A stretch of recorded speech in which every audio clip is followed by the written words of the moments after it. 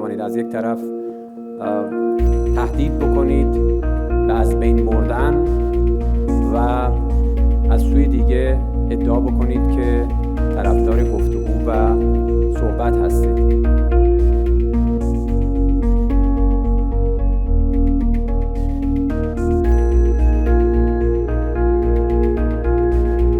It seems to be suggesting that Iran is heading full pelt towards nuclear weapon status. Now, we know that for a long time they have been, sort of engaged in the idea of trying to develop a nuclear a capacity of some kind. They've claimed in the past that has been for civilian purposes, but they've been enriching uranium to a point where, of course, it is of a military grade level. And the concern is that their discussion about, not being thwarted indicates that they want to go full steam ahead towards that. Now, given that President Trump has said that he will not tolerate it, and of course the Israelis have for a long time said that they will not be tolerating it. So it looks like we're heading for a complete clash between Iran, the US and Israel on this subject. We agreed that the Ayatollahs must not have nuclear weapons. And we also agreed that Iran's aggression in the region has to be rolled back.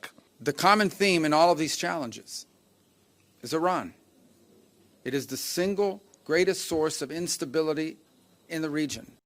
Well, a number of things could happen. The first thing, of course, is that we don't know what determination Donald Trump has made about how he wants to bring Iran to heel, as it were, on its nuclear ambitions.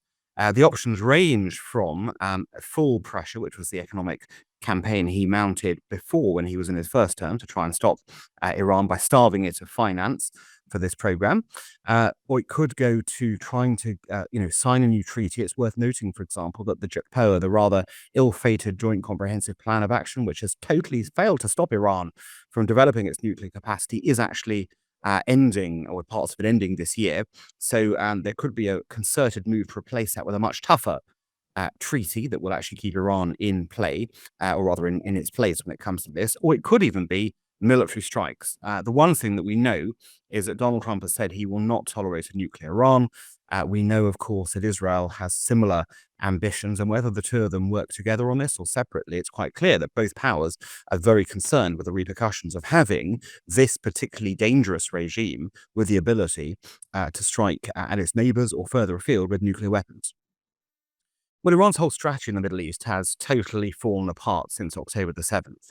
That move by Hamas to attack Israel, undoubtedly with Iranian, sort of sanction in some way, shape or form, was supposed to highlight Israel's frailties.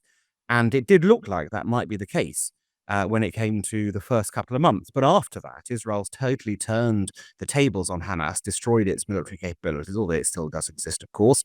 The same thing happened in Lebanon with Hezbollah, the other big Iranian proxy in the region. And then something totally unexpected for Iran was that its other proxies, Syria, the regime of Bashar al-Assad, which had been propped up by Iran for the last 10 years, essentially since the Arab Spring, also fell apart because Iran was too busy dealing with the problems that October the 7th and Hezbollah had caused with the whole Israel relationship. So Syria went, and as a consequence, now they've been kicked out militarily. The importance of those bases are that firstly, they were key resupply areas for Hezbollah. So if you think about the geography of this, to get to Lebanon, you have to go through Syria. And this is how Iran was supplying weaponry to Hezbollah right on the Israeli border.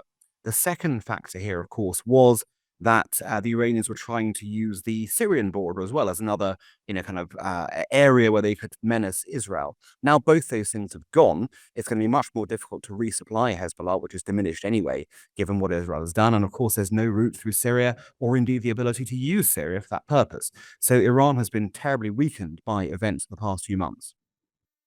But I think, again, a lot depends on what essentially offer the US is making to Iran. Is it, comply, just comply, in which case, fine. If they don't comply, then the next stage happens. Or is it comply in a deal format?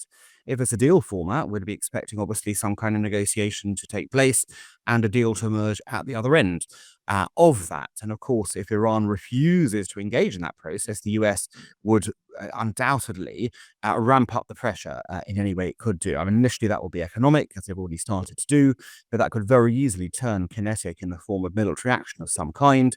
because ultimately the Americans do have the capacity. I think everyone recognizes they've got the capacity if they wanted to knock out Iran's nuclear program. The Israelis might be able to do it. The Americans definitely could do. And we already know that the Israelis have great success in knocking out Iran's air defenses. So it's a pretty easy thing for the Americans to strike at. Now, the Iranians know this. So I wonder whether we're in a game of chicken, as it were, and someone trying to avoid, swerving off the road here. My bet, though, is that of the two juggernauts coming at each other, the Iranians are going to have to give way because the Americans are in no mood, it would seem, to play games with anyone. They want their way on this. It's the right choice for the world to have Iran not having nuclear weapons, and I think they'll have a lot of support were they to engage in even kinetic action against Iran.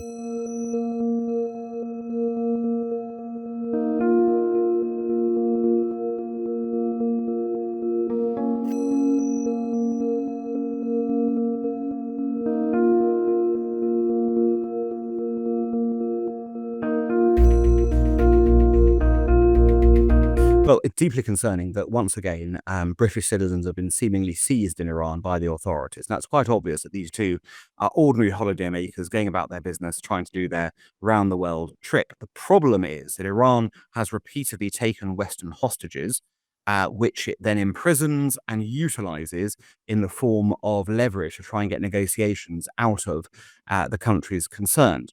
And unfortunately, there has been a terrible mistake of Western countries in terms of dealing with Iran by giving it concessions. Because every time you do that, it encourages and emboldens the Iranians to go for another round of this sort of activity.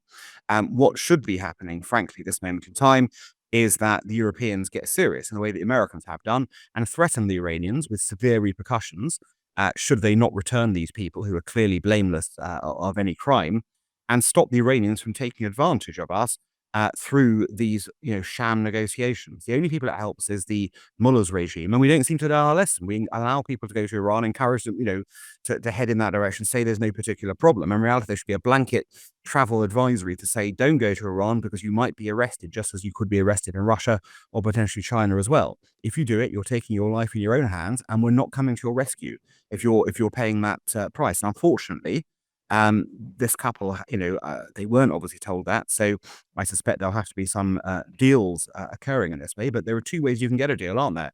First way is to cave in completely and give them what they want. The other is to up the ante, do what Donald Trump has done repeatedly, increase the pressure on the Iranians in return, and then get a release of the hostage that way to avoid the escalation. Now, it's about time that we escalated with Iran and called their bluff on this kind of behavior to stop it from happening again.